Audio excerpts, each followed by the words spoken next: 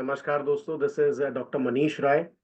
कुछ स्टूडेंट्स ने रिक्वेस्ट की थी कि सर हम लोग सीईटी के एग्जाम्स की प्रिपरेशंस कर रहे हैं, तो लॉजिकल रीजनिंग के कुछ कंसेप्ट्स अगर आप थोड़ा सा समझा देंगे तो ज़्यादा अच्छा होगा।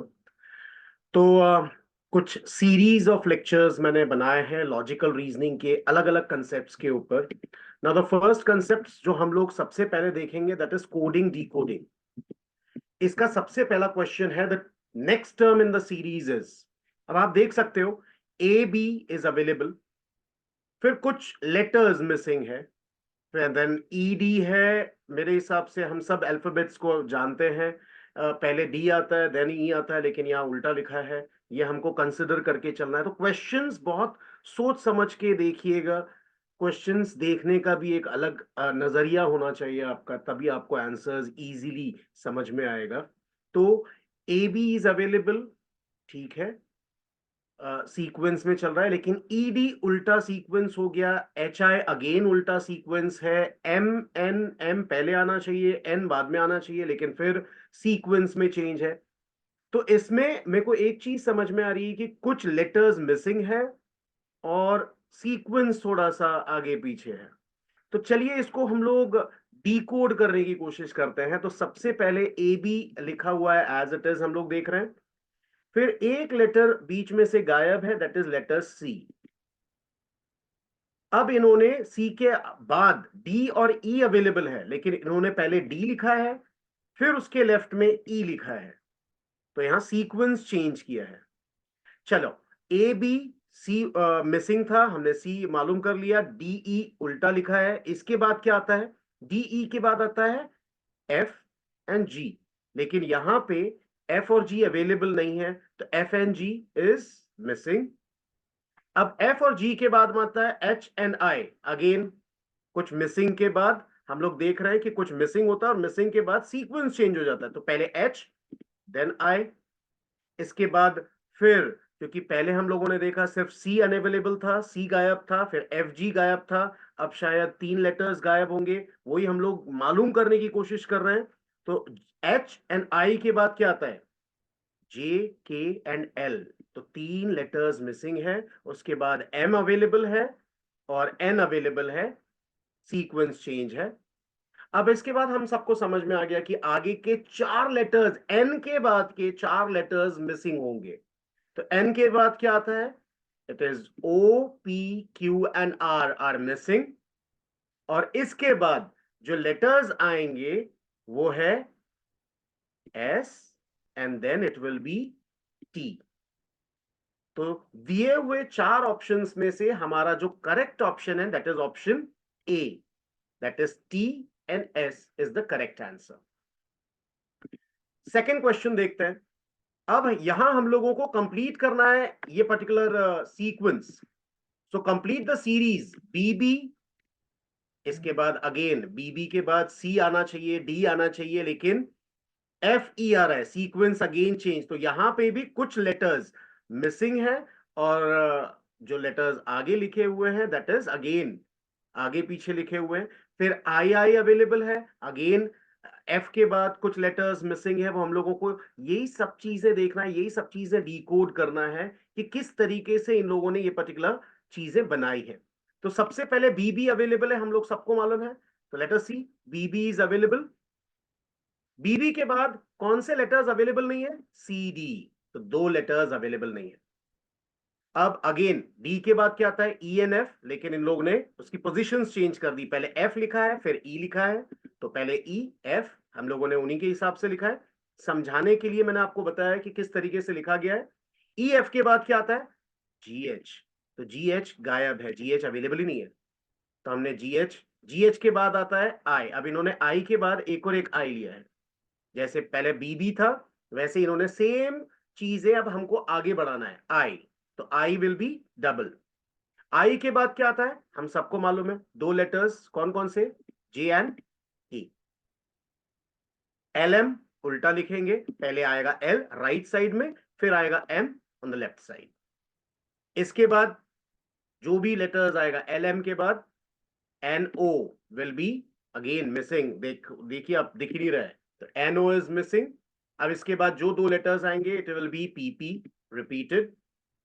पी के बाद दो लेटर्स जो मिसिंग है, पी के बाद क्यू एंड आर मिसिंग। अब आपका आंसर आ रहा है एस राइट साइड में, क्योंकि आर के बाद आता है एस और उसके बाद आता है टी। तो अगेन हमारा जो आंसर है, हमारा जो करेक्ट ऑप्शन है, that is option A, that is T S. चलिए थर्ड क्वेश्चन की तरफ बढ़ते हैं। Find the next letter for the series Y V S P. तो डियर स्टूडेंट्स, मैं हरदम अपने स्टूडेंट्स को बोलता हूं कि कोडिंग डिकोडिंग और ऐसा एक ना एक क्वेश्चन एग्जाम में फंसता ही है। तो आप ए से लेके जेड तक, आप स्ट्रेट फॉरवर्ड ए से लेके जेड तक अगर लिख लेंगे तो ज्यादा इजी रहेगा आप लोगों को चीजें याद रखना। अब यहां पे भी मैंने ए से लेके जेड तक तो नहीं, लेकिन एल से लेके जेड तक लिखा है। और अब हम लोग यहां देखेंगे कि सीरीज में आगे क्या आएगा, क्योंकि यहां पे वाई वी एस पी अगर मैं देख रहा हूं तो हम लोग पीछे की तरफ जा रहे हैं। तो लेट अस सी, हमने ये लेटर्स लिख लिए L M N O P Q R S T U V W X Y Z. अब सबसे पहला क्या है, वाई। मैंने डॉट कर दिया वाई के ऊपर। अब वाई से हमको जाना है वी पे। तो कितने लेटर्स जंप करके जा रहे हैं हम लोग, it is two. Two letters jump करके नेक्स्ट लेटर आ रहा है वी, आप देख सकते हैं। मैंने फिर से डॉट किया। वी से हमको जंप करना है एस, तो कितने लेटर्स हम लोग फिर से जंप कर रहे हैं, अगेन टू लेटर्स हम जंप करके एस पे आ रहे हैं। एस से हमको आना है पी, तो पी के लिए again we are jumping two letters and we are going towards P. अब हमको पी से आगे का देखना है, तो again we have to jump two letters. So two letters is O N N. Jump करके अब हम लोग पहुंच गए हमारे आंसर पे, and our answer is M. तो यहां दिए हुए चारों ऑप्शंस में से correct option is M, that is option number 2। चलिए इसके बाद हम लोग चलते हैं हमारे फोर्थ क्वेश्चन पे। अब ऐसे क्वेश्चंस आते ही आते हैं और आप लोगों को इस पे थोड़ा सा ध्यान देना है कि इसको डिकोड कैसा किया जाए। यहां क्वेश्चन है, इफ स्ट्रीमर्स STREAMERS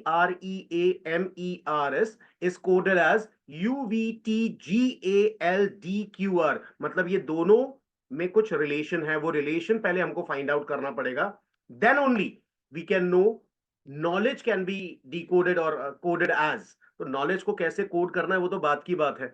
सबसे पहले स्ट्रीमर्स को इन्होंने किस तरीके से यहां यूज किया है और ये कोड बनाया है वो पहले देखते हैं। तो सबसे पहले आप लिख लीजिए स्ट्रीमर्स, और स्ट्रीमर्स के बाद कुछ गैप देके अगर आप नीचे नीचे लिख लोगे उसका कोडेड वर्जन UVTGALDQR। ये लिखने के बाद अब मैं देखूंगा कि स्ट्रीमर्स और इसके बीच में रिलेशन क्या है। तो एस के बाद आता है टी, और टी के बाद आता है यू। एक लेटर जंप करके इन लोग ने कोड बनाया है। तो एस के जगह पे आ गया, एस के बाद आता है टी, टी के बाद आता है यू, तो टी को हटा के यू लेके आए। ओके ठीक है।